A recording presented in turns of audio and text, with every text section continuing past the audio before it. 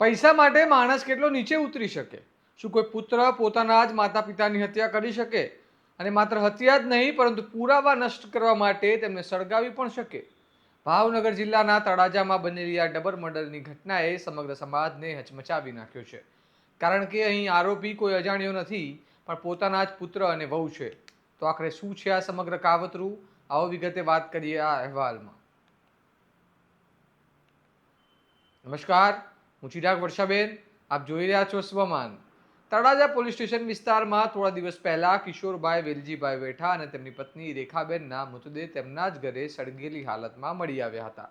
શરૂઆતમાં આ બનાવ શંકાસ્પદ લાગતો હતો, પરંતુ પોસ્ટમોર્ટમ રિપોર્ટના બંનેના શરીર પર ઈજાના નિશાન મળતા કેસ હત્યાનો હોવાનો ખુલાસો થયો. પોલીસ તરત જ કાર્યવાહી હાથ ધરીને તળાજા પોલીસ સાથે લોકલ ક્રાઇમ બ્રાન્ચની ટીમો બનાવી તપાસ શરૂ કરી અને ફોરેન્સિક તપાસમાં સામે આવ્યું કે કિશોરભાઈનું ગળું દબાવીને હત્યા કરવામાં આવી હતી, ત્યારે રેખાબેનને પણ ઈજાઓ પહોંચાડી મોતને ઘાટ ઉતારવામાં આવ્યા હતા. મૃતકના ભાઈ રાજેશભાઈ રાણીંગાની ફરિયાદના આધારે બીએનએસની હેઠળ હત્યાનો ગુનો નોંધાયો અને એસઆઈટીની રચના કરવામાં આવી. તપાસ દરમિયાન સૌથી મોટો સસ્પેન્સ ત્યારે ઊભો થયો ત્યારે મૃતકના પુત્ર વિમલ અને પુત્રવધુ હેતલના નિવેદનોમાં વિરોધાભાસ જોવા મળ્યો અને પોલીસની કડક પૂછપરછમાં બંને ભાગી પડ્યા અને આખું કાવતરું બહાર આવ્યું. સાંભળો આ મામલે ડીવાયએસપી એનબી નુકુમ શું કહી રહ્યા છે. જે સોની દંપતીની હત્યા થયેલી આજથી તારીખ થોડાક દિવસ પહેલાં, એમાં એમના દીકરા અને વહુ એમને મારી નાખી અને સળગાવી દીધેલો. જે સૌપ્રથમ તળાજા પોલીસ સ્ટેશન એડી દાખલ થઈ.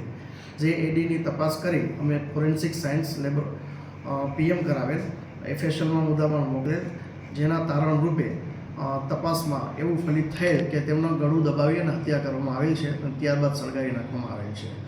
જે આધારે અમે ફરિયાદ જે ભોગ બનનાર છે એમના જે મરણ જનાર લેડીઝના ભાઈની ફરિયાદ લઈ અને આરોપી વિરુદ્ધ ગુનો દાખલ કરી અને આરોપીને અટક કરેલ છે. એકથી વધારે હત્યારા છે કે આ જે બે આરોપી અત્યારે નામ તમે બોલ્યા એક છે? જે બે આરોપી છે એ અને એમની સાથે મદદના અન્ય બે આરોપીઓ છે જેમને પણ હસ્તગત કરી લેવામાં આવ્યા છે. એ ક્યાં ગામના છે? એ રાજકોટના છે. એના અત્યારે નામ તમે જણાવી શકો કે? હા, એકનું નામ મુનીર ખાન છે અને એકનું નામ આમિર ખાન છે. હજુ તપાસમાં સામે આવ્યું કે પૈસાને લઈને ઘરમાં સતત ઝઘડા થતા હતા અને આ જ કારણથી વિમલ અને તેની પત્ની હેતલે મળીને આ હત્યાનું કાવતરું રચ્યું. જેમાં હેતલના મિત્ર મુનીર બલોચ, જે રાજકોટનો છે, અને અમીર ખાન વિસાવદરનો છે, તે પણ સામેલ કરવામાં આવ્યા. અને એટલું જ નહીં, 1 મહિના પહેલા રાજકોટમાં હત્યાનો પ્રયાસ પણ કરવામાં આવ્યો હતો, જે તે સમયે નિષ્ફળ ગયો હતો. ત્યારબાદ 18 એપ્રિલની રાત્રે પ્લાન મુજબ ઘટનાને અંજામ આપવામાં આવ્યો. હેતલે પોતાના સાગરીતોને ઘરમાં પ્રવેશ અપાવ્યો. મુનીર બલોચે મરચાની ચટણી કિશોરભાઈની આંખોમાં નાખી તેમને બેહોશ કરવાનો પ્રયાસ કર્યો. પછી દોરડા વડે ગળું દબાવીને હત્યા કરી. ત્યારબાદ રેખાબેનને પણ વોશરૂમમાંથી બહાર લાવી ગળું દબાવી મોતને ઘાટ ઉતારવામાં આવ્યા હતા. હત્યાના બાદ પુરાવા નષ્ટ કરવા માટે બંનેના મૃતદેહ પર પેટ્રોલ છાંટી આગ લગાવી દેવામાં આવી, જેથી આ ઘટનાને અકસ્માત કે આત્મહત્યા જેવું દેખાડવામાં આવે.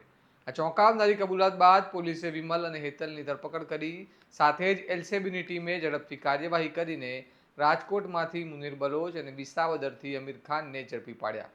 તપાસમાં સામે આવ્યું છે કે આરોપીઓનો અગાઉનો ગુનાહિત ઇતિહાસ પણ રહ્યો છે અને હાલ પોલીસે તમામ આરોપીઓ સામે કડક કાયદેસરની કાર્યવાહી હાથ ધરી છે અને એસઆઈટી દ્વારા કેસની ઊંડાણપૂર્વક તપાસ ચાલી રહી છે. અંતમાં સવાલ એ છે કે શું પૈસા માટે સંબંધોની કોઈ કિંમત નથી રહી? શું પરિવાર હવે સૌથી અસુરક્ષિત જગ્યાએ બની રહ્યો છે? અને શું સમાજમાં વધતી લાલચ માણસને આજ સુધી લઈ જઈ શકે છે? આ ઘટનાએ માત્ર તળાજા નહીં પરંતુ સમગ્ર સમાજને વિચારવા માટે મજબૂર કર્યો છે. આ મામલે તમારું શું માનવું છે? અમને કમેન્ટમાં જણાવો. અને આવા જ વિશ્લેષણાત્મક સમાચાર માટે તમારા સ્વમાનને લાઇક, શેર અને સબસ્ક્રાઇબ કરવાનું ભૂલતા નહીં. નમસ્કાર.